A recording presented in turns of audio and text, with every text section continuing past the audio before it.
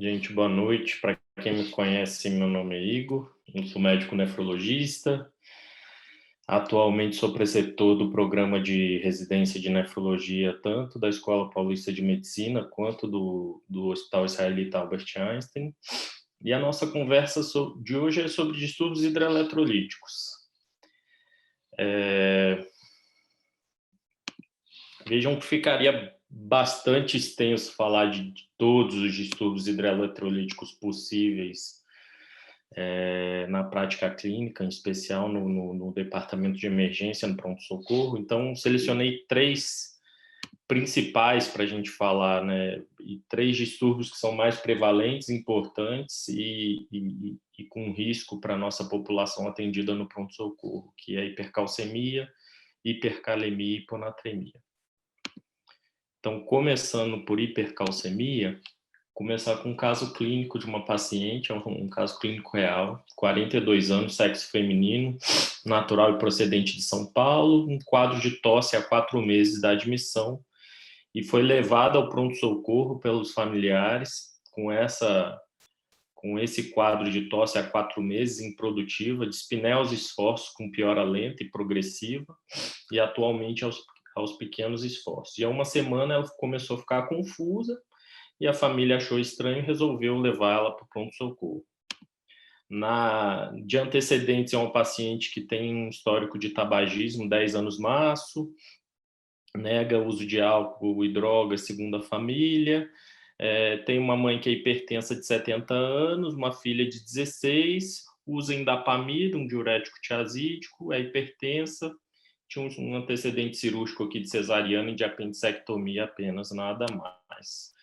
E chegando no pronto-socorro, é uma paciente que estava bastante confusa, um Glasgow de 13, que tinha uma alteração visual importante, uma turbação visual importante, só conseguia contar os dedos, estava febril, taquicárdica, taquipneica, normotensa aqui na admissão, e não tinha outro, tinha um pouquinho de crepitantes bibasais na ausculta, não tinha outros achados anormais, exceto que chamava bastante a atenção essa alteração no olho dela aqui na córnea.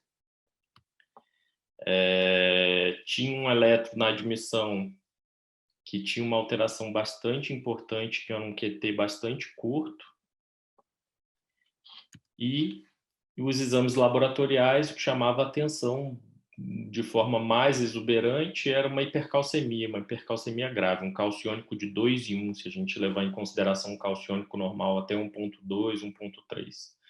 Então, uma hipercalcemia bastante grave. Tinha um pouquinho de anemia, leucocitose sem desvio, uma plaquetose, tinha disfunção renal, tinha hiponatremia e hipercalemia, que são temas da aula também.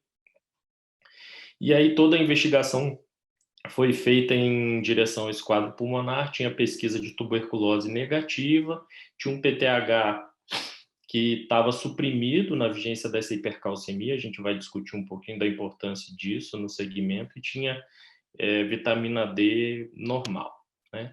E o que ela tinha de achado no tórax era esse linfonodo calcificado aqui na região paratraqueal e múltiplos infiltrados micronodular intersticial aqui, peribroncovascular. Essa paciente foi broncoscopada e fez uma biópsia. Mas o objetivo da aula é discutir hipercalcemia. Não estou diante de uma paciente dessa, com uma hipercalcemia tão grave. Como que eu raciocino isso agora, né? Só relembrando rapidamente a fisiologia, né? A gente tem uma ingestão de cálcio de mais ou menos 1 grama por dia, varia na dieta, obviamente. 80% desse cálcio é eliminado nas fezes, 20% é eliminado na urina. Então, a parte que é mais modulável da excreção do cálcio é fezes, trato gastrointestinal e urina. E como que ela é modulável? No trato gastrointestinal tem um hormônio importante que aumenta a absorção do trato gastrointestinal de cálcio, que é o calcitriol. Então, o calcitriol tem uma importância em modular a absorção intestinal de cálcio aqui, isso é importante para a gente em causas de hipercalcemia. Esse cálcio, uma vez absorvido e chegando no sangue, Ele se distribui predominantemente no intracelular, fica no osso primariamente, né? Mas uma boa parte fica no extracelular, e essa parte que fica no extracelular fica uma boa parte ligada à proteína aqui, a principal proteína que liga é a albumina, isso tem importância também no que eu vou falar mais à frente, e a outra metade quase fica difusível, fica livre no plasma ou complexado com fosfato ou outras substâncias. Então, só lembrando dessa parte do cálcio ligado à proteína aqui, mais ou menos metade do cálcio que está no intravascular e a outra metade praticamente livre. O cálcio tem uma importância em diversos sistemas do organismo: coagulação sanguínea, sinalização celular, contratilidade muscular, permeabilidade de membrana celular, e ele sofre uma modulação hormonal importante. Então, a gente já viu o efeito do calcitriol lá no trato gastrointestinal, mas tem um outro hormônio que é fundamental para a sua modulação, que é o paratormônio, e a gente vai precisar muitas vezes dosar essas coisas aqui para fazer o diagnóstico diferencial da minha hipercalcemia. O rim, que é uma parte importante da excreção do cálcio, a gente consegue modular essa excreção de cálcio em duas partes importantes. Uma no ramo ascendente espesso da alça de Henle, o cálcio é absorvido de forma paracelular aqui no espaço entre as células. Então, se eu utilizar drogas, por exemplo, que bloqueiam esse receptor aqui, a gente está falando dos diuréticos de alça, eu consigo eliminar um pouquinho mais de cálcio pelo meu rim. E lá no túbulo distal tem um outro receptorzinho aqui, que é esse sódio-cloro, que é modulado por diuréticos tiazídicos. Então, se eu bloqueio a ação desse receptor, eu aumento a excreção de sódio-cloro, que é o efeito que a gente vai querer como diurético, mas eu acabo potencializando a absorção de cálcio nesse segmento. Então, para gravar diurético de alça, aumenta a excreção urinária de cálcio, e diurético tiazídico reduz a excreção urinária de cálcio. Então, tem que tomar cuidado do uso de tiazídico no paciente que tem um cálcio sérico alto, porque eu vou diminuir a excreção no rim. Eu tenho um monte de interferente analítico na mensuração do meu cálcio, e eu queria chamar bastante atenção aqui à albumina. A albumina, alterações da albumina, tanto para baixo quanto para cima, podem alterar bastante o cálcio. Então, quando eu estou dosando cálcio, muitas vezes eu tenho que olhar a albumina junto.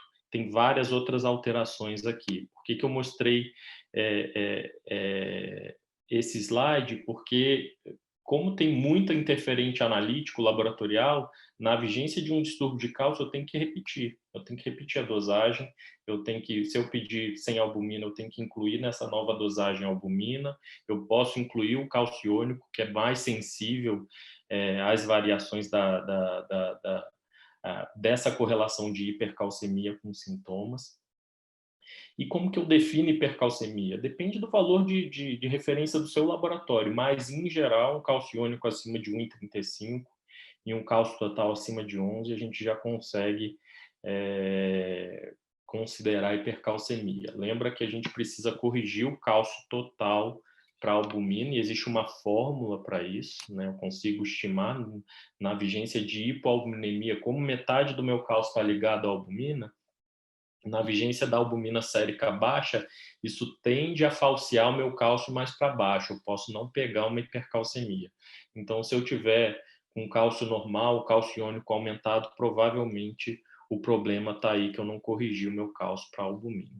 E a gente sabe que distúrbios ácido-básicos alteram essa ligação do cálcio com a albumina. Então, a acidose tende a prender mais o cálcio na albumina. Quando eu doso o meu cálcio iônico, ele está mais baixo, e na vigência de alcalose eu tendo a soltar mais o meu cálcio da albumina, e o cálcio iônico tende a estar mais alto. Então, tudo isso eu tenho que ter na cabeça na hora que eu estou interpretando um caso de hipercalcemia, né? Então, o meu cálcio está alto no sangue, a primeira coisa é repetir, confirmar esse achado, ver se não é uma alteração só laboratorial. A gente pega isso algumas vezes na prática clínica. Muito importante repetir. É verdadeiro aquela minha hipercalcemia? Depois, no fluxograma diagnóstico, além da história clínica, do exame físico, um exame laboratorial que é fundamental no diagnóstico diferencial da minha hipercalcemia é o PTH. A partir do PTH, eu consigo chamar de doenças que são mediadas pelo PTH, e aqui tem principalmente o hiperparatiroidismo primário, mas tem, por exemplo, o uso de lítio, pode ocasionar isso daqui também. E eu tenho doenças que são as principais, que não são PTH dependentes, né? E aí eu chamo a atenção a malignidade, intoxicação por vitamina D, mieloma, doença granulomatosa, linfoma, sarcoidose, tem uma miríade de causas aqui que eu consigo chegar ao diagnóstico diferencial dessa forma. Então, o PTH é um dos exames mais importantes para eu interpretar, para eu fazer o diagnóstico diferencial daquela minha hipercalcemia. Eu vou muitas vezes precisar dosar vitamina D e metabólitos, 25-hidroxivitamina D, que é bem mais fácil de dosar, e 1,25-hidroxivitamina D, que é um pouquinho mais complicado. Mas é a partir dessas três elementos que eu consigo raciocinar na prática clínica o diagnóstico diferencial da hipercalcemia. PTHRP, que é uma molécula, um peptídeo relacionado ao PTH, que é uma molécula que produz hipercalcemia em geral associada à malignidade, na maior parte dos serviços não dosa, não faz, sinceramente na prática clínica faz pouca diferença para o diagnóstico diferencial, tá?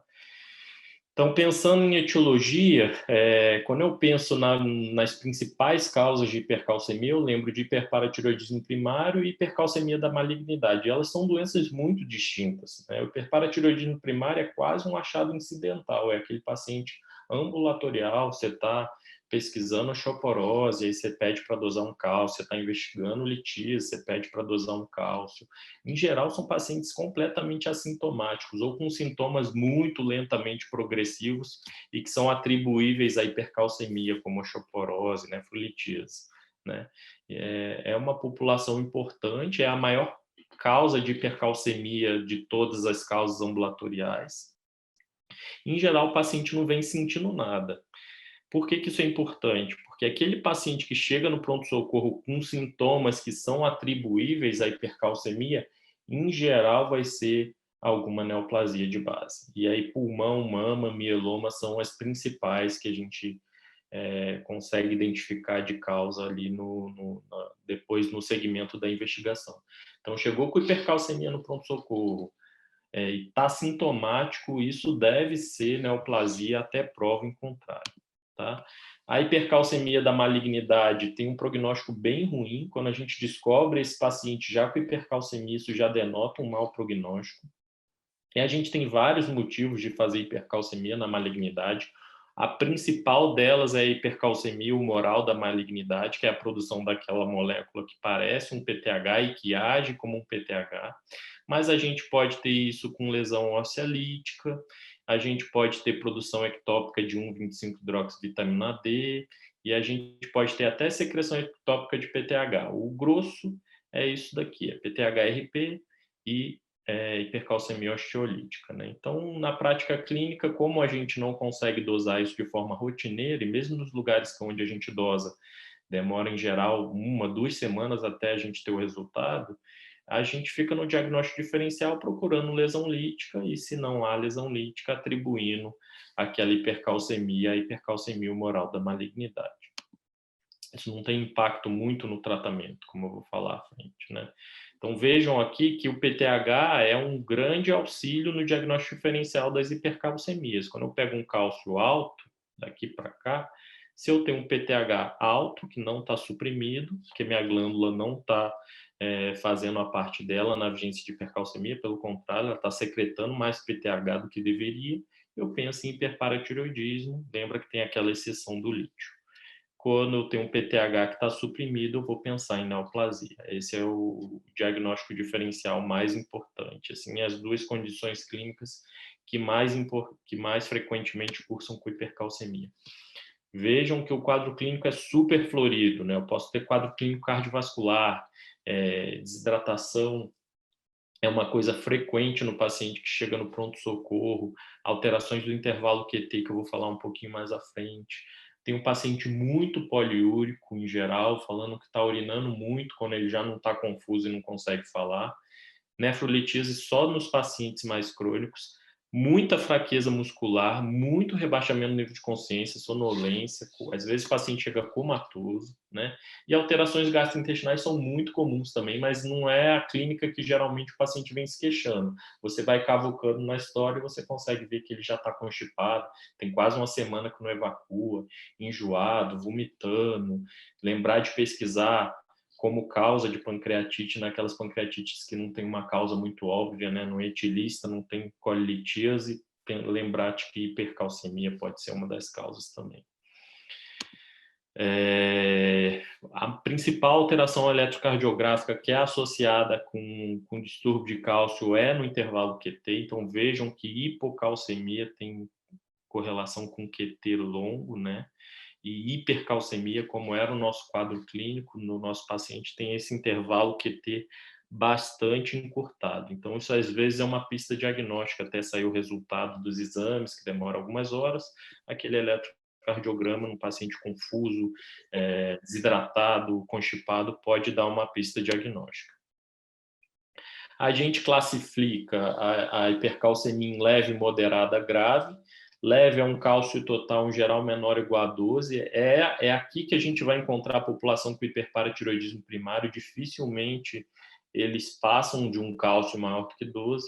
E a partir daqui eu consigo ver uma hipercalcemia mais moderada, grave, que é a galera que vai chegar extremamente sintomática no pronto-socorro, e é quem eu devo ficar preocupado em tratar logo, porque isso tem uma muita correlação com gravidade, tá? Então, a velocidade da instalação desse distúrbio e tem correlação com a intensidade dos sintomas também, não necessariamente só a calcemia total. Então, posso ter um paciente com cálcio total de 13 extremamente sintomático e um paciente com cálcio total de 17 com uma náuseazinha, constipado e um pouco confuso, né? Então, tomem cuidado para a gente não só relatar gravidade com o valor absoluto de cálcio.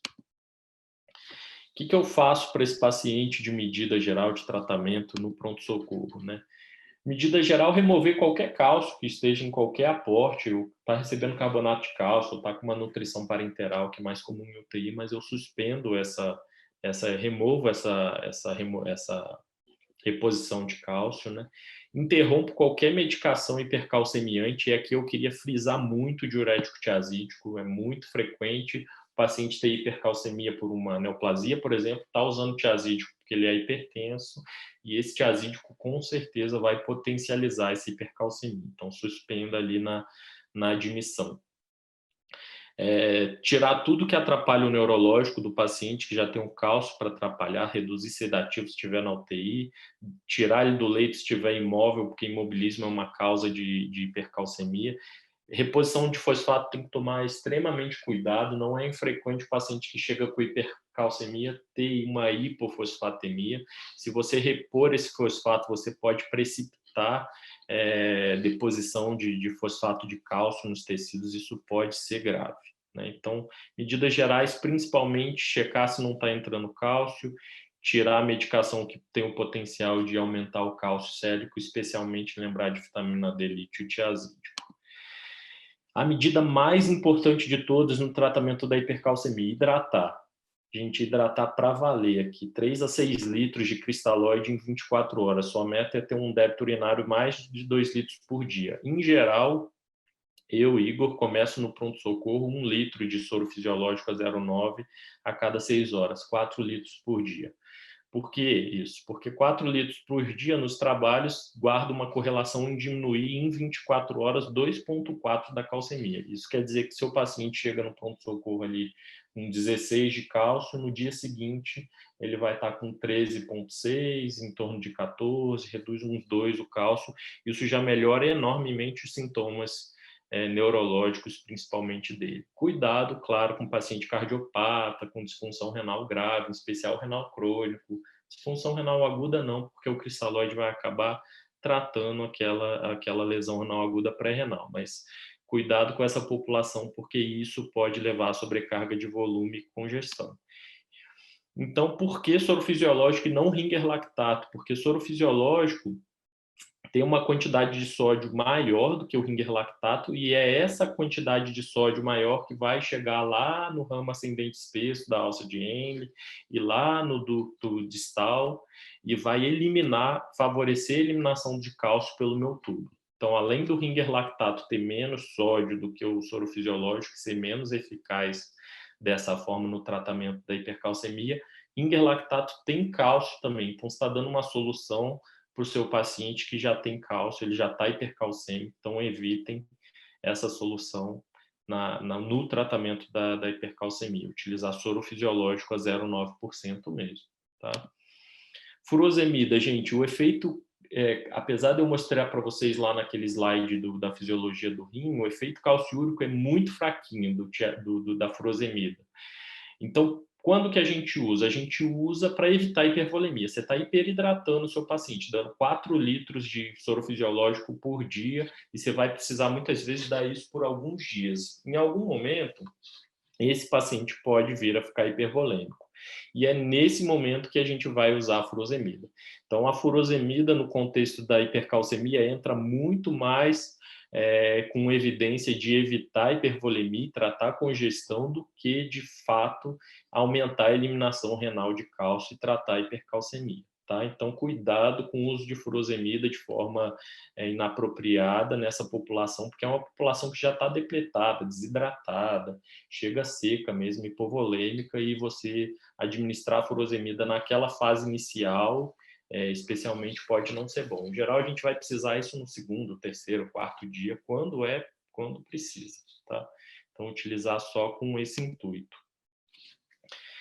Bisfosfonato, gente, é uma terapia muito importante também no tratamento da hipercalcemia, em especial na hipercalcemia associada à malignidade e na hipercalcemia grave, aquele cálcio maior do que 14, porque você precisa melhorar rápido aquela calcemia, porque se você não melhorar essa calcemia, o paciente vai manter um sintoma neurológico grave, tem risco de ser entubado e todas as complicações que podem vir da ira de vida.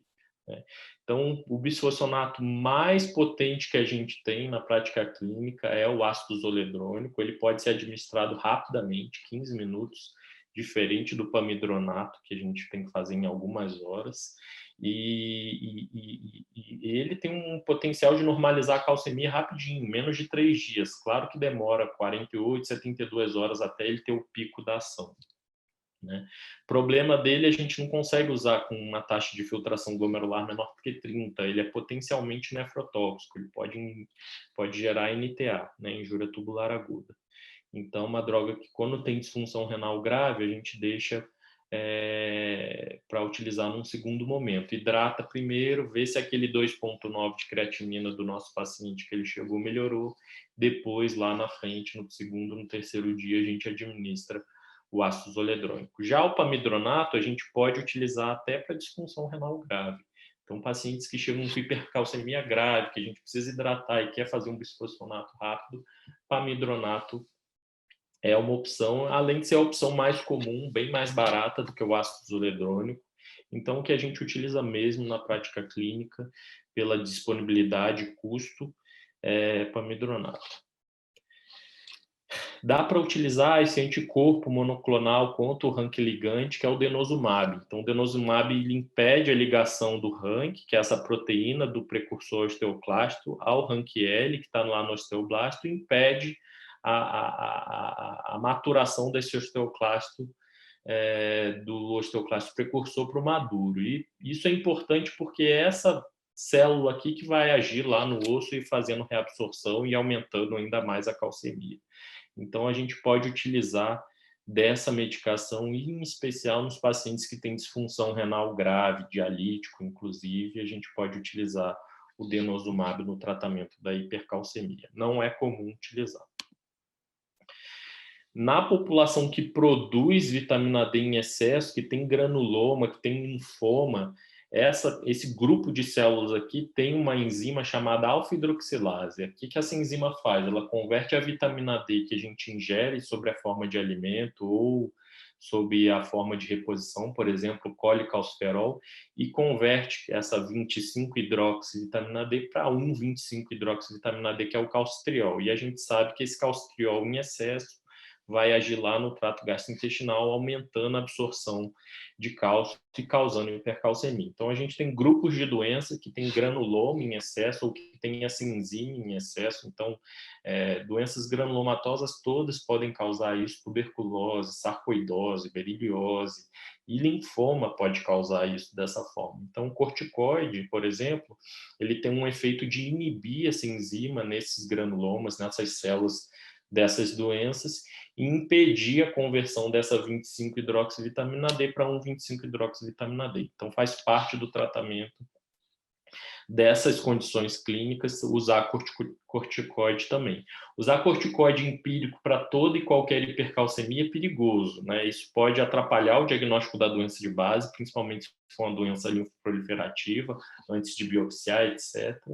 E até aumentar risco de infecção, hiperglicemia, e etc. E além de poder ser potencialmente ineficaz, né? Porque se for uma neoplasia sólida, pulmão, mama, eventualmente o corticoide pode não ter benefício nenhum, porque não necessariamente eles vão ter essa enzima lá hiperativa, tá? Então, corticoide não é para toda hipercalcemia, é para algumas causas de hipercalcemia, né?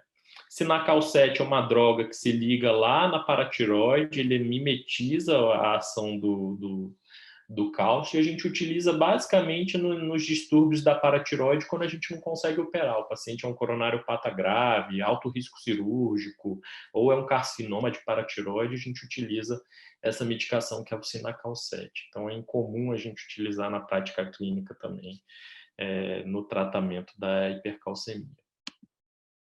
Dá para usar também calcitonina, é infrequente a gente ter essa droga na prática clínica, mas é uma droga que tem administração subcutânea e a gente consegue rapidamente abaixar o cálcio com ela.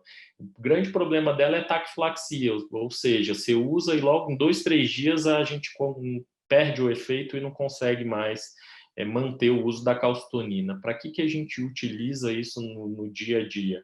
Até a ação do bisfosfonato. Então, como o seu bisfosfonato vai ter um início de ação ali 48, 72 horas depois da infusão, até isso acontecer, a gente poderia utilizar a calcitonina, mas a gente não utiliza muito na prática clínica pela indisponibilidade, tá? Então, não é fácil a gente descobrir serviço que tenha calcitonina. Tem outras medicações bem mais raras e que a gente raramente usa, se é que alguma vez usa. Tá? Em último caso, diálise, né? Então, em diálise é uma modalidade, a gente consegue reduzir o cálcio sérico com diálise, principalmente usando o banho da diálise sem cálcio ou com um banho bastante pobre em cálcio. Não faz milagre também, não vai baixar o cálcio de 18 para 10 em 24 horas, mas ao longo de várias sessões a gente consegue controlar a calcemia. E a gente só usa realmente diálise para tratamento de hipercalcemia nos casos refratários, né? Então, hidratei, a disfunção renal não melhorou, usei bisfosfonato, cálcio melhorou um pouco, mantém hipercalcêmico, paciente grave, já está entubado, comatoso na UTI. É esse paciente que a gente vai indicar diálise, hipercalcemia refratária mesmo, ao tratamento clínico. É uma opção terapêutica também. Nesse caso em específico, ela fez uma biópsia transbrônquica, pesquisou se uma alteração lá que era bastante características de berílio veio negativo, e o diagnóstico final foi sarcoidose. Então, essa paciente foi tratada com hidratação venosa, utilizou-se bisfosfonato na admissão dela, porque ela tinha uma hipercalcemia bastante grave, lembra, um cálcio total de 18, um cálcio iônico de 2,1, e depois a gente utilizou corticoide, que tem uma resposta bastante interessante na sarcoidose, e ela melhorou totalmente da hipercalcemia. Tá? Então, só um caso clínico para ilustrar e a gente poder mostrar um caso real aí de uma hipercalcemia grave que evoluiu. Essa paciente, obviamente, não evoluiu tão fácil e rápido e tranquila como eu falei aqui. Ela foi entubada, foi para UTI, precisou fazer uma biópsia transbrônquica, até o resultado sair, até alguém pensar em dar corticoide. Isso tudo demorou semanas até a resolução final do cálcio. Tá? Mas o cálcio melhorou bastante rápido na admissão com hidratação, e com bisfosfonato, em torno de uma semana, ela já tinha um cálcio perto ali de 12, já conseguiu ser estubada e aí prosseguiu a investigação clínica de forma na enfermaria. Tá bom? Gente, se vocês quiserem me interromper, fiquem à vontade, tá? Senão eu vou continuando aqui. O outro tema que eu trouxe para a gente falar hoje é a hipercalemia, gente. E aí eu trouxe um outro caso clínico, né? Um paciente de 32 anos, sexo masculino, natural de São Paulo, com um histórico de febre há 8 dias. Esse paciente tem um diagnóstico de linfoma há 2 anos, tratamento regular na ocasião, fez quimioterapia, ficou bem, evoluiu com remissão da doença relativa à cura, né? E há 3 meses parece que voltou a notar o aumento de um volume cervical, ficou preocupado se não era retorno do linfoma, voltou no oncologista, começou a investigar, tinha uma febre vespertina ocasional, tinha uma febre diária de 38 graus, piorava quando ele fazia abuso de álcool, bastante característico de recidiva da doença linfoproliferativa mesmo. Então, ele tinha um linfoma de Hodgkin, foi tratado há 3 anos com R-CHOP, tinha hipertensão, sobrepeso, ex-tabagista, sedentário, na história familiar, um pai falecido, uma mãe hipertensa, obesa, dislipidêmica, tinha uma irmã também hipertensa, e tinha no interrogatório sintomatológico algumas palpitações taquicárdicas nas últimas 12 horas. Foi isso que incomodou ele e fez ele procurar o pronto-socorro. Tinha uma dispneia aos grandes esforços, com piora também na última semana, estava usando hidroclorotiazida para hipertensão, 25 miligramas, chegou no pronto-socorro febril, taquicárdico, taquipneico, estava um pouco desorientado, tinha um edema em face em região cervical com extensão para os membros superiores, que era bastante estranho, murmúrio vesicular reduzido em ambos os ápices, tinha alguns sibilos, tinha vasos ectasiados visíveis na pele anterior do tórax, tinha uma esplenomegalia ali de 6 centímetros, tinha vários linfonodos cervicais, supraclaviculares, inguinais, cheio de linfonodo. E tinha um edema discreto em pés, não tinha bexigoma na admissão. E aí o que chamava atenção na admissão era uma bicitopenite, uma anemia com plaquetopenia, uma leucocitose de 16.000 sem desvio à esquerda, tinha uma lesão renal aguda Cadigo 3, aqui uma create de 3,3 com uma ureia de 160, tinha um potássio de 8,1, bem tranquilinho, né? Um cálcio baixo de 6,3, um fósforo de 8,6, tinha um ácido úrico de 16,3. Então, aqui ele já pontuava bastante critério de síndrome de lise tumoral, que é uma complicação que pode acontecer, inclusive, de forma espontânea, como era o caso desse paciente aqui, tá? Vejam na tomografia de tórax dele que ele tinha uma cava completamente comprimida aqui por uma massa de agregados linfonodais no mediastino, então ele tinha uma síndrome de veia cava superior, esse edema cervical, vaso torácico, edema de membros superiores era consequente a isso.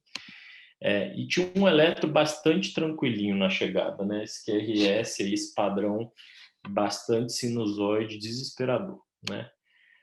E isso não é infrequente na nossa prática clínica, né? A gente chegar a um paciente com uma hipercalemia tão grave, qual que deve ser a nossa conduta no pronto-socorro, né? E é isso que eu vou discutir um pouquinho agora. Só para lembrar um pouco da fisiologia do potássio, a gente tem uma ingesta em torno de 100 mEq por dia, isso também é variável, mas vejam que a grande excreção de potássio do nosso organismo é através da urina. Mais de 90% do potássio a gente elimina através da urina, um pouquinho nas fezes, então o trato gastrointestinal ajuda, é ótimo, mas não tanto quanto o rim, né? A maior parte do conteúdo de potássio no nosso organismo está no meio intracelular. Vejam que no extracelular a gente tem ali 65 mEq de potássio, no intravascular a gente tem um monte de potássio, né? E eu queria chamar a atenção desses 3 sítios intracelulares de potássio. Um é o músculo, que tem uma grande maior parte do potássio intracelular, fígado um pouquinho e célula sanguínea um pouquinho também. Por que isso daqui é tão importante? Porque doenças que acometem músculo de forma grave, por exemplo, rabdomiólise, eu tenho um monte de lesão no músculo, o que vocês acham que vai acontecer com esse potássio nessa célula vitalizada? Vai vir maciçamente aqui para o extracelular e vai inundar o intravascular.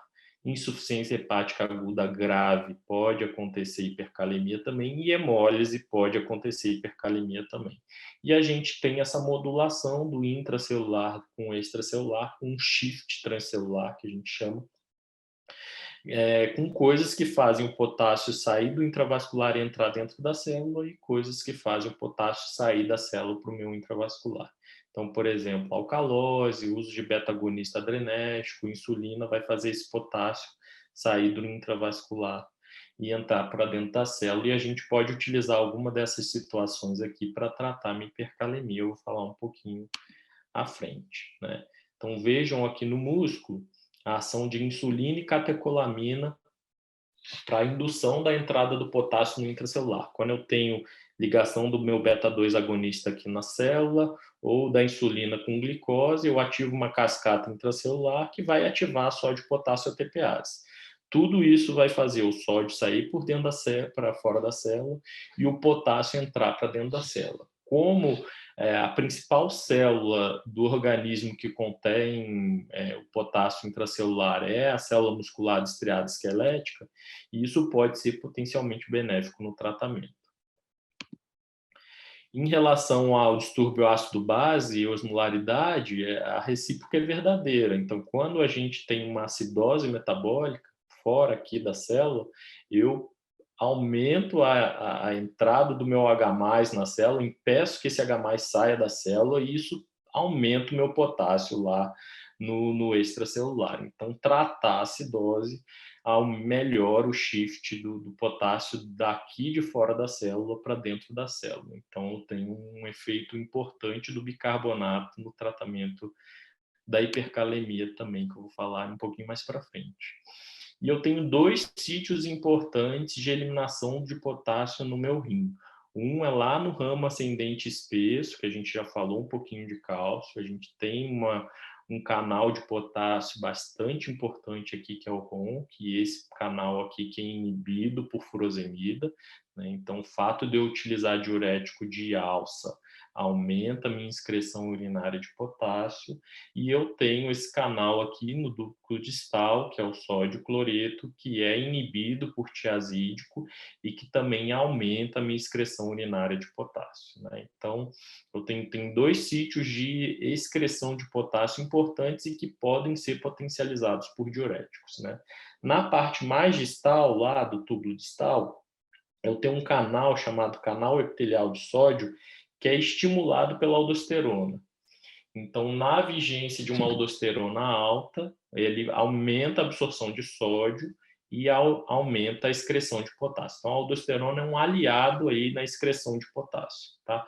Quando a gente utiliza drogas que inibem essa aldosterona, eu vou ter inibição da excreção do potássio, por isso que o meu potássio fica mais alto no sangue. Eu vou mostrar uma figurinha mais à frente também. Eu sei que uma boa parte deve estar com a carinha assim, mas esses dados aí do rim são importantes quando eu vou falar de tratamento. Então, assim, em resumo, o que eu tenho resposta do nosso organismo ao potássio?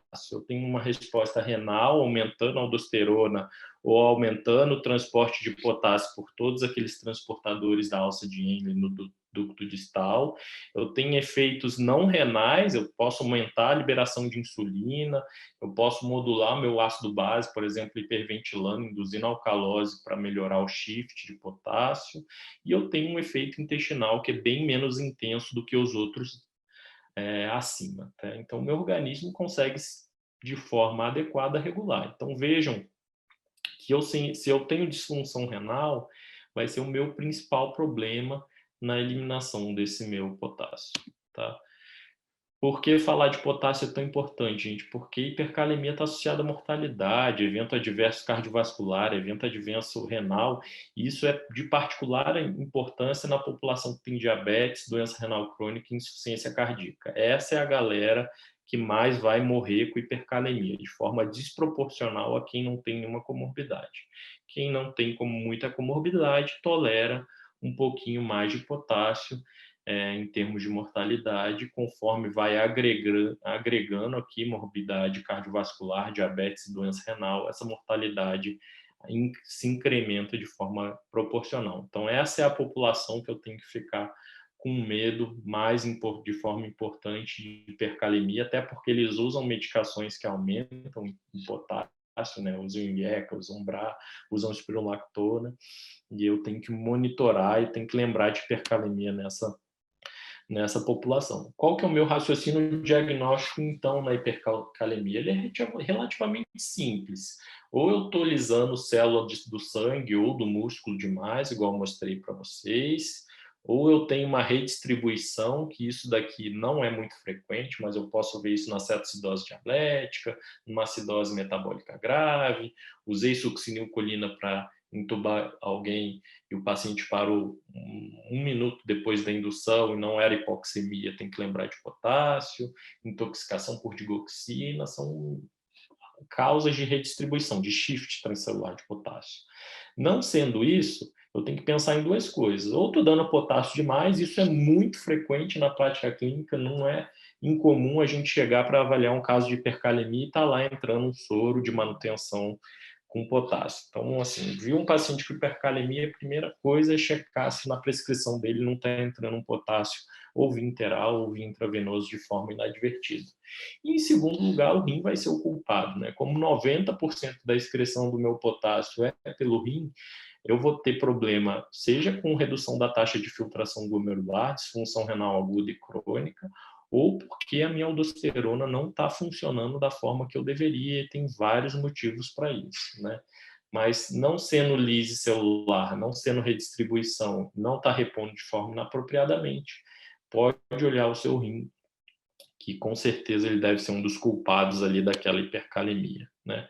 Vejam que as drogas que inibem o sistema renina-angiotensina-aldosterona, como um todo, são as drogas que mais se correlacionam com hipercalemia. Então, o anti-inflamatório não esteroidal, beta-bloqueador, por exemplo, inibe liberação de renina. A gente tem inibidor direto da renina, que por sorte é infrequente na prática clínica, olha, esquireno. A gente pode ter paciente usando IECA, captopril, nalapril, BRA, losartana, valsartana. Eu posso ter uma doença adrenal que não está liberando aldosterona, como exemplo, insuficiência adrenal. Heparina tem que ser megadose, dose anticoagulante praticamente. Bloqueador do receptor da aldosterona, paciente S-rótico, está usando spironolactona, tem uma insuficiência cardíaca, está usando spironolactona. E eu tenho drogas aqui, queria chamar a atenção do Bactrim, com potencial de inibir a entrada do sódio e inibir a secreção de potássio aqui e causar hipercalemia também. Então, todas essas drogas que permeiam aqui o sistema renina-angiotensina-aldosterona, a gente tem que ficar atento como causa aí de hipercalemia, tá? O que eu faço com aquele paciente da minha hipercalemia? 8,1 do potássio, alta, né? Alta para a clínica de assistolia, não dá. Então, assim, hipercalemia é um evento grave e a gente tem que temer o potássio mesmo e sempre agir de forma proativa na visualização de um potássio daquela forma, né? Como que eu vou fazer isso de forma bastante simples e prática? Gente, é um potássio maior ou igual a 6,5, isso é uma hipercalemia grave. Portanto, eu preciso deixar esse paciente monitorizado e eu preciso fazer medidas agora para esse potássio. Não dá para esperar daqui a pouquinho, tá? É um potássio maior do que 6, ele pode ser uma hipercalemia grave ou não. Vou precisar do eletrocardiograma para definir isso. Então, isso é um passo importante. Vejam que para cima de 6,5, o eletro pode ser completamente normal. Não importa, gente, aqui é uma hipercalemia grave, aqui eu tenho que fazer medidas agora. Por quê? Porque o primeiro sintoma da hipercalemia pode ser uma parada cardiorrespiratória, tá? Pode ser abrupto assim, a gente não flagrar ou não dá tempo de flagrar. Potássio maior do que 6, entre 6 e 6,5, dá tempo de você pedir um potássio ali e ver um pouquinho. Menor do que 6 dá para ficar bastante tranquilo, dificilmente você vai ter alteração eletrocardiográfica grave aqui, 5,8 de potássio, a gente fica bem mais tranquilo na condução.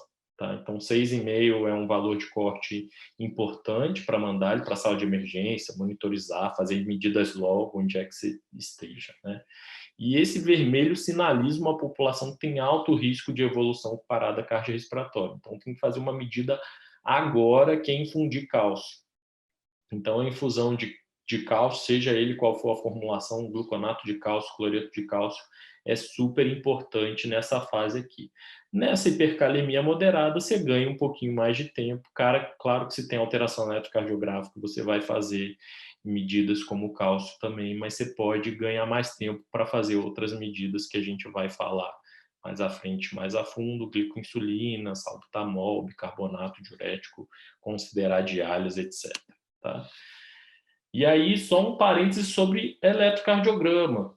Igor, peguei um paciente com potássio de 6,3, era uma hipercalemia moderada ali, portanto. Fiz um eletro e estava tudo normal. Gente, eletro é super bom para ver a alteração eletrocardiográfica de potássio quando ela está presente, mas quando ela não está presente, isso não significa que eu devo ficar tranquilo. Vejam que numa série de casos grande de pacientes com hipercalemia, a sensibilidade de alteração eletrocardiográfica foi bem baixa, e especificidade também. Então, não devo ficar tranquilo com um eletro normal, em especial se esse potássio é acima de 6,5, tá?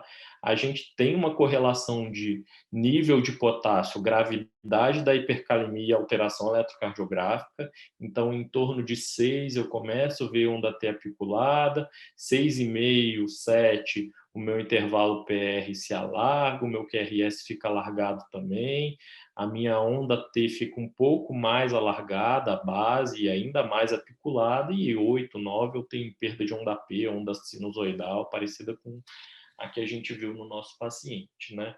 Mas isso não é uma regra. A velocidade dessa alteração eletrocardiográfica depende do seu paciente. Seu paciente, se ele tem alguma cardiopatia estrutural, se é um paciente que tem uma hipercalemia crônica, o miocárdio tende a se acostumar, entre aspas, com aquela situação clínica e adotar um monte de medidas protetivas, então ele tende a ter menos alteração eletrocardiográfica, que é o que a gente fala que o renal crônico, dialítico, especialmente, tolera um pouquinho mais de hipercalemia. Então, eu não devo assim utilizar o eletro como forma de tranquilizar, ele é mais um agravante. Tá? O eletro está normal, o potássio está 7, eu fiquei tranquilo. Não, isso é uma hipercalemia extremamente grave e daqui pode evoluir para parada de forma abrupta. Tá? Só prestar atenção nisso. Então, uma das medidas para hipercalemia é estabilização da membrana do cardiomiócito. Esse cálcio vai estabilizar o meu cardiomiócito e evitar a dispolarização de forma inapropriadamente a levar a uma arritmia ventricular potencialmente fatal. Então, na prática clínica, eu vou infundir cálcio, cloreto de cálcio, gluconato de cálcio. Eu infundo, como que é o que eu faço essa prescrição no dia a dia? Eu faço 2 a 3 ampolas de gluconato, diluo em 100 de soro, por exemplo, e faço ali rapidinho, 1 a 3 minutos. Esse meu cálcio vai durar 30 a 60 minutos, então vejam que o tempo de ação dele é curto.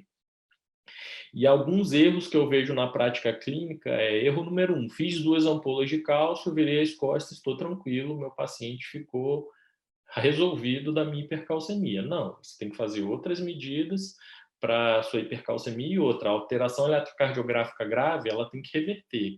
Onda T apiculada, gente, dificilmente reverte só com cálcio, mas o QRS alargado, que é o que a gente fica extremamente preocupado, começou a alargar o QRS na hipercalemia, isso tem que se resolver com a sua infusão de cálcio. Então, fiz 2 a 3 ampolas, pico de ação em 1 a 3 minutos, repetiu o eletro ou está lá monitorizado, daqui 5, 10 minutos o QRS continua alargado, repete a dose de cálcio. Você vai fazer isso até a alteração eletrocardiográfica se corrigir. Tá? Não tem dose máxima de cálcio para estabilização de membrana de cardiomiócito na hipercalemia. Né? Tem uma situação clínica que a gente tem que ficar um pouco estressado em fazer cálcio em pacientes com hipercalemia, que é intoxicação digitálica. Isso pode exacerbar a intoxicação digitálica. Então, para esses casos, ou na falta de gluconato, ficou, por exemplo, em falta, num dos hospitais onde eu trabalho, ficou em falta gluconato e cloreto de cálcio, dá para fazer solução hipertônica, sódio mesmo hipertônico a 3%, para a estabilização de membrana de cardiomiócito. É possível, mas não é o melhor tratamento. Tá? Então, lembra que a cada 30, 60 minutos eu vou ter que fazer de novo até eu resolver aquele meu potássio. E lembrar de que eu não fiz só uma dose e deixar o paciente sem monitorização adequada ou ou sem vigilância daquele meu eletrocardiograma, porque aquela hipercalemia, não, a alteração eletrocardiográfica não pode não ter sido corrigida só com 2 a 3 ampolas de cálcio, tá? Lembrar que a administração de cálcio não mexe em nada o meu potássio no sangue. Meu potássio no sangue vai continuar 8,1, igual ele está. Ele só protegeu o meu cardiomiócito lá da arritmia. Agora eu vou ter que fazer outras coisas para esse meu potássio ir embora do sangue, né? E as coisas que a gente utiliza na prática clínica, como eu já mostrei, porque eles aumentam a ativação dessa sódio-potássio ATPase, é beta-2 agonista, bicarbonato e insulinoterapia. Como que eu faço isso? Glicoinsulinoterapia. Gente, a prática mais comum é fazer 5 a 10 unidades de insulina com 50 gramas de glicose hipertônica, 50%, dá 100 ml, e administrar isso em bolos. É o que tem um efeito mais calêmico, mais precoce. Vejam que em 20 minutos eu já tenho um efeito de reduzir a minha calemia. Reduz muito? Não, reduz pouco. Reduz meio a 1 mEq por litro só. Então, aquele 8,1 que chegou vai baixar para, no máximo, com sorte, 7,1. Mas, em geral, isso já é bastante significante e suficiente para eu reduzir o meu potencial de arritmia. E é isso que eu quero fazendo a glicoinsulinoterapia. Tá? Se o meu paciente está muito hiperglicêmico, já chegou com um destro de 500, eu não preciso fazer glicose nele, né? Eu posso só administrar insulina. E só uma atenção especial do dia a dia da prática clínica. A descrição da literatura é que até 75% dos pacientes vão fazer hipoglicemia, mesmo você administrando insulina com glicose. Então, é muito frequente a gente fazer insulina, glicose e o paciente evoluir com hipoglicemia. Então, preciso monitorar a glicemia capilar, eu preciso botar um soro glicosado ali para correr e deixar correndo para evitar hipoglicemia. E eu tenho que dar ainda mais glicose se o meu rim está funcionando pouco, porque aquela insulina vai ficar circulando e recirculando e recirculando, tá? Então, lembrem dessa atenção aí especial à hipoglicemia. Beta-2 agonista é a principal controvérsia no tratamento da hipercalemia. Porque de forma isolada ela não deve ser feita, o efeito dela é bastante frustro. Então ela tem uma ação aditiva quando a gente utiliza glicoinsulinoterapia, ela baixa mais meio mEq o potássio. Então sairia de 8,1 ali para 6,6, mais ou menos, utilizando glicoinsulina e beta-2. E outra que as doses da literatura são doses que a gente não tem muita coragem de utilizar na prática clínica. 4 a 8 vezes a dose inalatória. Vocês prescreveriam salbutamol ou fenoterol 80 gotas? É meio complexo utilizar isso. Então, o que a gente faz na prática clínica? Coloca a dose máxima lá como droga broncodilatadora, não costuma passar disso, porque o paciente costuma ficar muito taquicárdico, alguns pacientes anginam, tem um potencial pró-arritmogênico. Imagina, eu estou com potássio de 8,1, eu dou uma droga que aumenta o risco de arritmia, é maravilhoso, né?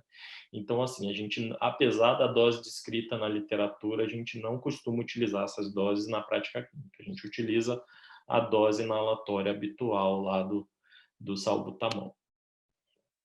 Bicarbonato, gente, depende qual bicarbonato eu vou fazer. Meu paciente está hipovolêmico, eu preciso hidratar ele, chegou uma sepse, por exemplo, igual esse paciente, uma suspeita de sepse com hipovolemia, eu posso fazer o bicarbonato isotônico, diluo 150 ml de bi, que é 8,4%, em 800 soro glicosado e faço ali 1, 2 litros em 1 a 2 horas, tá?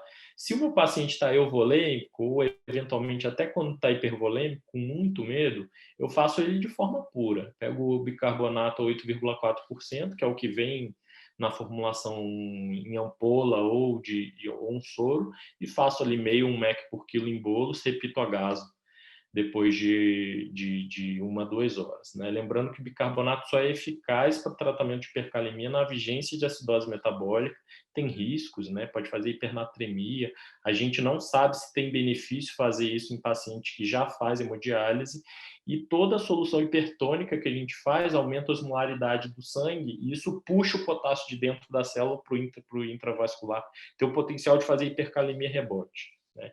Então tem um pouco de medo aí de fazer bicarbonato de forma hipertônica em grandes volumes por conta disso. Tá? Mas a gente faz sim quando tem uma hipercalemia grave, principalmente quando tem acidose metabólica. E a gente tem um grande estudo que foi o BICAR, que viu benefício, inclusive na população de retardar, com disfunção renal aguda, para retardar um pouquinho a terapia renal substitutiva, e o grande benefício é no paciente que tem acidose metabólica hiperclorêmica, né? Aquele paciente que chega com diarreia no pronto-socorro, muita perda gastrointestinal. Talvez tenha benefício no paciente urêmico, e com certeza não tem benefício na acidose lática, apesar da gente não deixar de fazer, e na cetoacidose, que a gente raramente faz. Então, bicarbonato também é uma terapia questionável aí, entre aspas, no tratamento da hipercalemia. E aí o rei do tratamento da hipercalemia é o rim. A gente tem que utilizar drogas que aumentam a excreção renal de potássio, e uma droga principal, que tem maior potência, são os diuréticos de alça. Então vejam que os diuréticos de alça, eles não são filtrados, eles são secretados aqui no túbulo proximal, chegam lá na alça de Henle, se ligam naquele receptor que eu mostrei, que é o sódio potássio 2 cloretos, impede a entrada de sódio e de potássio por esse receptor e, portanto, aumenta a excreção urinária aqui de potássio. Como é uma droga potente, a gente quer ter uma ação rápida, a gente precisa administrar ela de forma intravenosa, né? Então, a dose é variável também, mas, em geral, meio a 1 miligrama por quilo é uma dose, para quem tem uma função renal razoável, boa para a gente começar a pensar em tratar a hipercalemia, né? Então, uma ampolinha dificilmente vai ter algum efeito, 2 a 4 ampolas é o que a gente prescreve na prática clínica, né? Igor, vamos usar Sorcal para tratar hipercalemia? Vejam, gente, além de ser só praticamente 10% da eliminação do potássio no sangue, do sangue, né, do organismo, demora. Imagina, você tem que administrar aquilo com manitol, tem que preencher chegar em todo o trato gastrointestinal, chegar no cólon, a 6 a 8 horas depois é que ele vai chegar no cólon, vai se ligar com o potássio do cólon e vai aumentar a excreção fecal de potássio. Então demora, você pode administrar eventualmente diluído em manitol por via endorretal, tudo bem, é um pouco mais rápido de chegar lá, mas a ação é frustra e é cheio de complicações. Então tem até casos fatais gastrointestinais de lesão isquêmica no trato gastrointestinal com essa medicação.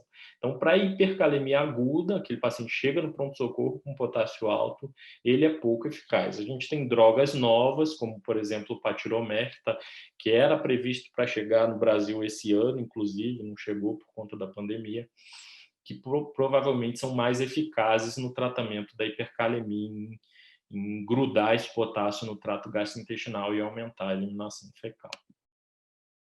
E para hipercalemia refratária, acima de 6,5, fiz medidas, repeti o meu potássio, 4, 6 horas depois, não melhorou nada, e isso é igual hemodiálise, né? E a diálise, ela consegue rapidamente aqui, nas primeiras 2 horas, principalmente, baixar o potássio de uma forma bastante expressiva, 2 a 2,5 mEq por litro, e é um tratamento importante na hipercalemia refratária. Eu queria só mostrar para vocês uma coisa que acontece, não de forma infrequente, que é um rebote nessa hipercalemia. Então, o paciente chega super hipercalêmico, eu dialiso ele, o potássio cai, maravilhoso durante a diálise, 2 a 3 horas depois eu tenho um rebote aqui de hipercalemia. Então, se por acaso o paciente acabou de dialisar, está lá na UTI monitorizado, está lá na sala de emergência monitorizado, o eletro começou a ficar estranho, ou teve algum sintoma atribuível, pede um potássio nessa região aqui. E outra situação que a gente vê, infelizmente, na prática clínica é dosagem de potássio logo após terminar a diálise. Muitas vezes o potássio não está aqui em 4, não, está em 3, 2,5, e depois ele vai aumentar e ficar na faixa de normalidade. Aí as pessoas escolhem um potássio aqui, está 2,5, 3, o que faz? Repõe, e aí você piora esse rebote ainda mais. Então, tomar cuidado com esse período logo após a diálise aqui. Aqui só um resuminho aqui das medidas dos efeitos do tratamento do potássio. Eu vou seguir, porque senão vai ficar muito maçante a aula. E o terceiro tema, que é importante a gente ver no pronto-socorro, é a hiponatremia. Gente, hiponatremia é o distúrbio eletrolítico mais comum. Até 1/3 dos pacientes hospitalizados vai ter o sódio baixo. Na UTI, essa prevalência chega até 60%. menos em pacientes ambulatoriais. E por que que é importante hiponatremia? Porque a galera morre e a galera tem complicações durante a internação. Então, existe essa curva em U de mortalidade com a disnatremia, a semelhança do que a gente viu com potássio, e vejam que a inclinação é pior aqui para hipo do que para hipernatremia. Então, hiponatremia é associado a aumento de risco de mortalidade, então tem que agir nessa população aqui para evitar que esse desfecho desfavorável aconteça, né? Lembrar que o sódio tem tudo a ver com água, então distúrbio de sódio é distúrbio de água. Quando meu sódio está baixo no sangue, por osmolaridade, a água vai sair do sangue para dentro da célula que está com o sódio ou com os osmóis aqui praticamente normal, e a célula que mais sofre com isso é a célula neurológica, por isso a gente tem muito sintoma neurológico junto com hiponatremia. Então, hiponatremia é muito proporcional à hiposmolaridade. A gente tem exceções a isso, a gente tem condições clínicas que têm a osmolaridade do sangue aumentada, como, por exemplo, hiperglicemia, usei manitol, dei imunoglobulina. Isso daqui é exceção, mas acontece. Por exemplo, uma paciente diabética de 30 anos chega no setor de emergência, torporosa, respiração profunda, taquipneica, e aí na admissão, ela tem uma glicemia de 1.500, não tem cetonúria, não tem acidose metabólica, tinha um sódio lá de 130, que se eu corrigir, com certeza dá mais, e aí tem um estado hiperglicêmico e hiperosmolar. Então, lembrar de fazer essa correção do sódio nos casos de hiperglicemia é uma das principais causas de hiponatremia com aumento da osmolaridade. Você só consegue dizer que tem aumento da osmolaridade se por acaso você dosar a osmolaridade sérica mesmo. E uma forma de estimar é com essa formulinha aí do sódio, né? Para cada 100 de glicemia acima de 100, eu aumento o meu sódio em 1,6 e aí eu consigo calcular qual que seria o meu sódio real, né? Tem uma outra situação clínica que é um erro laboratorial, que é a osmolaridade normal, a pseudohiponatremia. O que acontece na dosagem do sódio? Eu doso o sódio dessa região do plasma. O plasma tem água e tem proteína e lipídios. Quando eu tenho uma doença que tem excesso de proteína ou tem excesso de lipídio, o meu sódio vai continuar sendo dosado de toda essa porção aqui, só que a máquina calibra para essa porcentagem inicial que ela acha que é a correta, mas na verdade não é. E ela erra para mais, para menos, e aí isso faz o sódio estar dosado no sangue de forma inapropriada. Então, pacientes que têm hiperproteinemia, como mieloma, por exemplo, ou paciente com hiperlipidemia grave, desculpa, hipertrigliceridemia, principalmente, tem um sódio falso no sangue. Então, muitas vezes, quando a gente está diante de uma hiponatremia, a gente acaba pedindo colesterol total e frações, proteína total e albumina, para fazer esse raciocínio diagnóstico. Mas isso é super incomum da gente flagrar uma hiponatremia com isso. De modo geral, o mais comum é isso daqui. Como hiponatremia é um distúrbio de sódio, ou eu vou ter um rim que está eliminando menos água do que a gente deveria, né? Ou eu estou ingerindo mais água do que eu deveria, ou as duas coisas estão acontecendo. Na hiponatremia verdadeira, que é a hipotônica, eu vou ter esse raciocínio bastante simplista. Meu rim está eliminando menos água do que deveria, ou eu estou ingerindo mais água do que deveria, né? Então, isso pode acontecer de duas formas, né? O soro está hipotônico com uma urina que está apropriada ou uma urina que está inapropriada. Em que situações clínicas que a urina está apropriadamente diluída? Quando eu estou ingerindo água demais. Eu posso ingerir água demais porque eu tenho um distúrbio psiquiátrico, que ingiro lá 12, 14 litros. Eu tenho hipotomania por cerveja, eu estou numa dieta que é de chá em torrados, é uma dieta super hipotônica. Aí eu vou desenvolver hiponatremia e o meu rim está funcionando normal. Ele está tentando eliminar aquele excesso de água livre, só que é tanta ingestão eu estou fazendo que eu não consigo eliminar aquele excesso de água livre. Algumas vezes a gente vê isso em intoxicação por êxtase ou maratonista não preparado que bebe água por muitos quilômetros na maratona, a gente consegue ver isso também. Agora, o mais comum do dia a dia é isso daqui, eu pegar uma hiponatremia que é hipotônica e o meu rim não está fazendo a parte dele de forma apropriada e eu vou ter que investigar por que ele não está conseguindo eliminar água na urina. E aí eu tenho 3 grupos principais aqui, uma hipervolêmica, uma euvolêmica, uma hipovolêmica. O que vai me dizer isso daqui é o meu avaliação clínica. Então, paciente que tem clínica de insuficiência cardíaca, tem dispneia esforços, ortopneia, edema de membros inferiores, cirrótico, ascite, edema de membros inferiores, síndrome nefrótica, ou tem uma disfunção renal grave que você flagra lá no exame laboratorial, eu considero aquela hiponatremia como hipervolêmica. A conduta vai ser eliminar esse excesso de volume do meu organismo e aqui eu vou dar diurético para essa população para tratar essa hiponatremia. Num outro extremo, eu tenho a população que chega hipovolêmica, chega com taquicardia, hipotensão postural, tem perda renal ou extrarrenal, por exemplo, está vomitando um monte, tem um monte de diarreia, tem perda por terceiro espaço, por uma pancreatite, ou está abusando de diurético, ou a gente deu excesso de diurético, aqui eu vou pensar em hiponatremia hipovolêmica, eu vou suspender diurético, eu vou tratar com reposição volêmica, que eu vou hidratar esse meu paciente com cristalóide para tratar essa hiponatremia. E o que é mais desafiador na prática clínica não são esses extremos que a gente flagra muitas vezes com história clínica, anamnese, exame físico. É o paciente que tem um sódio baixo e não tem motivo para ter sódio baixo, aparentemente. Ele está euvolêmico, não tem história de insuficiência cardíaca, não tem perda gastrointestinal, nada. Nossa, por que esse meu sódio está baixo? Aí eu vou ter que ter um pouquinho mais de raciocínio diagnóstico. E o meu principal raciocínio diagnóstico é dessa entidade, chamada SIAD, né? Então, a secreção inapropriada de ADH é uma das causas importantes de hiponatremia. Eu vou flagrar uma osmolaridade sérica baixa, uma urina que está conseguindo concentrar, um rim que concentra um pouquinho a urina, o paciente está euvolêmico, e eu preciso afastar 2 grandes grupos de doença, que é doença adrenal e doença da tiroide. Então, eu preciso dosar um cortisol, e eu preciso dosar um TSH, eu preciso afastar a insuficiência adrenal, eu preciso afastar hipotireoidismo nessa situação clínica. Antes de eu pensar nesse diagnóstico diferencial amplo e extenso, eu tenho que lembrar umas causinhas principais aqui de SIAD, né? Então, lembrar de cirurgia recente, especialmente paciente que tem bastante dor no pós-operatório, náusea, cirurgia neurológica transesfenoidal, doença intracraniana, muitas vezes vale a pena fazer uma imagem do sistema nervoso central e até do tórax, porque doenças alveolares cursam com SIAD também. Drogas é o que a gente mais pega no dia a dia, aquele cara que está com sódio de 125, você não sabe por quê, não tem história intracraniana, está ótimo, não tem histórico de doença pulmonar nenhuma, em geral tem alguma droga envolvida.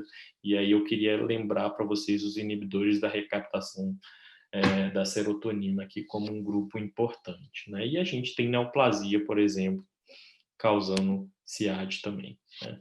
Hiponatremia no pronto-socorro, o que eu devo me preocupar? Com hiponatremia moderada grave, aquele sódio menor do que 130, especialmente se os sintomas são agudos e especialmente se eu tenho muito sintoma, né? O que eu considero de sintoma moderadamente grave e grave para eu agir logo no departamento de emergência? Então, náusea, infelizmente, eu tenho que considerar um sintoma moderadamente grave. Pode ser sim, um sintoma inicial de hipertensão intracraniana. Confusão, cefaleia, vômito, desconforto respiratório, sonolência, comatoso, crise convulsiva, isso tudo fica mais fácil de dizer que é hiponatremia grave. Agora, uma cefaleiazinha, uma náusea, muitas vezes deixa um pouquinho de confusão no dia a dia, tá? O que eu faço com esse paciente com hiponatremia moderadamente grave ou hiponatremia grave? Eu faço salina hipertônica, eu faço sódio a 3%. 2 ml quilo é uma dose assim mais ou menos útil para ser utilizada na prática clínica. E, na verdade, um jeito fácil de eu fazer esse sódio a 3% é pegar um sorinho de 100 e colocar uma ampolinha ali de 20% dentro. Vai dar quase 3%, viu? Dá 2,9%. Mas é o jeito mais prático no dia a dia da prática clínica.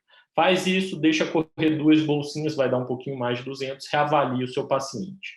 A diretriz diz para checar um novo sódio, mas, na verdade, o que a gente pode fazer é ir direto para cá. Você fez ali uma ampolinha em 100 de soro, seu paciente não melhorou, repete, não melhorou, aí sim você repete o sódio, tá? Então, tem hiponatremia com sintoma moderadamente grave ou grave, sódio a 3%, tá?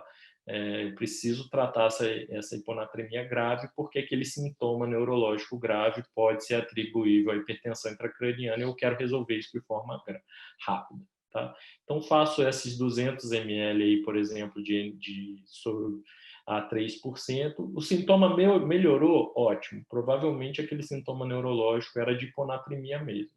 Aí você ganha um tempo maior para investigar, para continuar o tratamento. Não melhorou com esses 200 ml? Acha estranho, repete o sódio no sangue, vai ver se não tem alguma outra coisa, que é uma coisa frequente da gente ver no dia a dia clínico. Chega no pronto-socorro, paciente com 125 de sódio rebaixado. Nossa, deve ser hiponatremia grave. Concordo, deve. Conduta sódio a 3%. Ótimo. Fiz 200 ml daquele sódio a 3%, o paciente não melhorou nada. Gente, tomografa essa cabeça, vai atrás de ver por que o paciente está rebaixado. Pensa em neuroinfecção, considera líquor, etc. Muitas vezes a gente flagra na tomo de controle um HSA ou uma catástrofe hemorrágica intracraniana, então cuidado para não atribuir todos os sintomas ao sódio e esquecer do diagnóstico diferencial, tá? Então, precisa tratar rápido, esse paciente precisa ficar monitorizado, sala de emergência, risco de intubação por rebaixamento, mas eu preciso reavaliar o sódio depois desse tratamento também. Se for uma hiponatremia leve, assintomática, em geral hiponatremia crônica, eu vou tratar de acordo com minha hipótese inicial. Então, se era hipervolêmica, eu vou fazer restrição de líquido, eu vou dar diurético de alça, né, insuficiência cardíaca, nefrótico, cirrótico.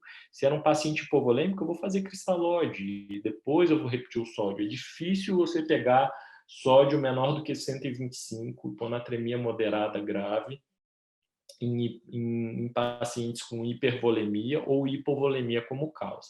Menor do que 125, em geral, é SIAD na prática clínica. Mas, claro que tem exceções. Já vi paciente com ciência cardíaca com um sódio de 118, 115, isso não é impossível, tá? Mas o mais comum é isso. E SIAD eu vou fazer restrição de líquido, eu posso dar sal, eu posso dar furosemida, tem um monte de tratamento e até um pouco mais específico esse tratamento do SIAD aqui. Vejam que em nenhum momento eu falei de fórmula para reposição de sódio, né? Então a diretriz ela é bastante clara, rápida e objetiva, que é o que a gente precisa ter no pronto-socorro mesmo. Dá o sódio a 3%, 100 ml, não melhorou, repete 100 ml, reavalia teu doente, não melhorou nada, aí repete o sódio no sangue. Eu posso utilizar a variação de sódio aqui, de acordo com o sódio da minha infusão, para calcular quanto vai aumentar? Posso, não tem problema, consigo. Mas vejam que tem várias fórmulas, isso é bastante confuso, e isso costuma ser mais útil para hipernatremia do que para hiponatremia. Então, na prática clínica, por exemplo, eu não utilizo fórmula para estimar a variação de sódio para tratamento de hiponatremia. Faz o sódio a 3%, e segue o jogo, tá? Como é que eu aumento, já que distúrbio de sódio, hiponatremia e excesso de água livre, como é que eu aumento a excreção de água livre? Então, no CIAD, eu posso dar tablete de sal, posso fazer dieta hipersódica, posso dar tablete de ureia, posso aumentar a proteína na dieta. E nas hipervolêmicas e no CIAD, eu posso dar furosemida, raramente eu preciso dar lítio, e Vaptano é uma droga que a gente, infelizmente, não tem disponível no Brasil, que é uma droga aquarética, que vai aumentar a ação do ADH lá no ducto coletor e aumentar a excreção na urina de água. Tá? Então, não consigo utilizar isso de forma frequente no Brasil, não é disponível. Tá? Um caso clínico importante no tratamento da hiponatremia, um paciente de 35 anos, etilista, chegou com uma hiponatremia grave, 119, confuso, fizeram tudo direitinho, a gente corrigiu esse sódio, 3 mEq por dia durante 5 dias, ou seja, chegou próximo de um sódio normal. No 6º dia, o paciente ficou tetraparético, atáxico, piorou a confusão mental que vinha melhorando, desculpa, com o tratamento da hiponatremia. Por que isso aconteceu? Porque ocorreu uma entidade chamada mielinólise pontínea, né? Então, vejam que a variação do sódio aqui respondeu ao limite da literatura, que é 8 a 10 mEq por dia, né? Mas não é o único fator de risco, a gente tem vários fatores de risco para desmineralização osmótica. Essa hipercorreção do sódio é a principal mesmo, a gente tem que ficar monitorando esse sódio diariamente.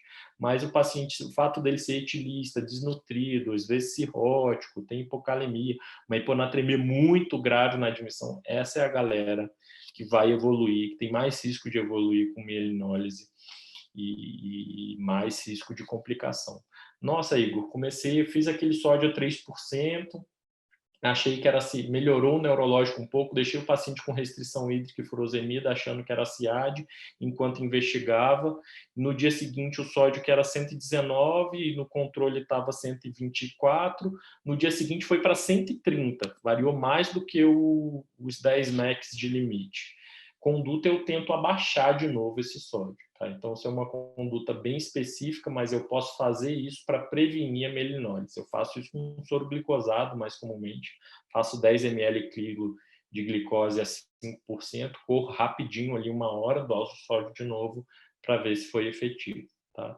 Então, é possível correr atrás do prejuízo. Variei o sódio demais, 15 mEq, 16 mEq. Nossa, dá para eu fazer glicosado, baixar esse sódio de novo e ir com uma correção mais lenta e progressiva e tentar. E isso foi capaz, em um dos trabalhos, de reduzir o risco de progressão para mielinólise. Tá? Então, não é só porque variou muito, o paciente não está sentindo nada, que ele não vai desenvolver mielinólise ali daqui a alguns dias, ou até eventualmente daqui a algumas semanas.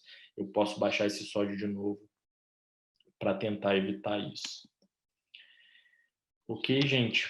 Obrigado. Eu sei que a aula foi super extensa, mas é um tema muito extenso e eu quis trazer 3 situações clínicas que são muito frequentes e importantes no pronto-socorro. Estou à disposição para qualquer dúvida aí que vocês queiram tirar, enfim. Oi, Igor.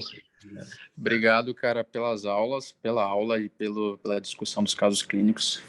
Uma das melhores aulas que eu já assisti de subido eletrolítico. Não é puxando seu saco, você sabe disso. Eu tenho uma dúvida em relação à correção do potássio na hipercar. Toda vez que eu for corrigir, eu faço gluconato de cálcio? Não. Você vai fazer gluconato se tiver um potássio maior que 6,5, isso independente do meu eletrocardiograma. Então, chegou lá com 6,7, o eletro está normal, faz 2 ampolinhas de gluconato, mesmo que não tenha nada no eletro. Tá? Então, antigamente a gente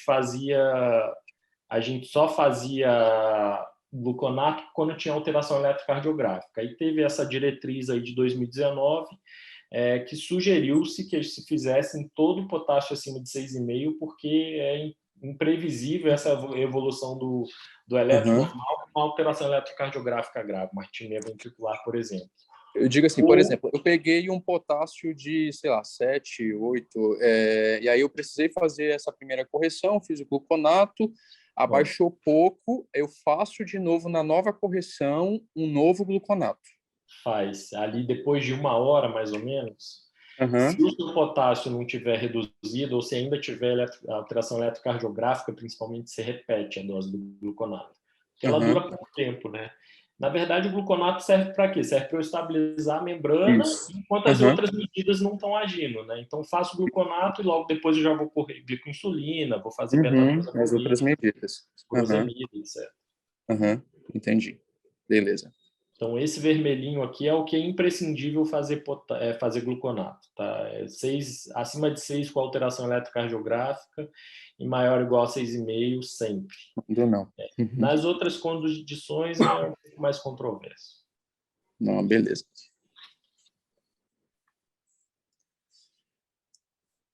Bom, galera, alguém tem mais alguma dúvida? Alguém quer perguntar alguma coisa para o Igor?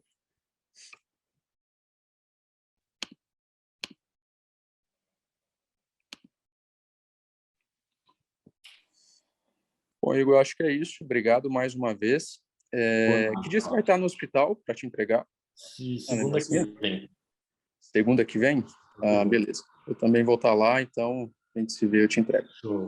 Gente, quem ficou com alguma dúvida, quiser tirar, enfim, é mais tímido nessas aulas, eu sei como que é, fica à disposição, o Pablo tem meu contato aí, e a gente tenta ajudar e tenta sanar. Tá bom? Valeu, Igor. Um abraço, cara. Boa Abraço. noite. Tchau. Boa noite, galera. Tchau, tchau.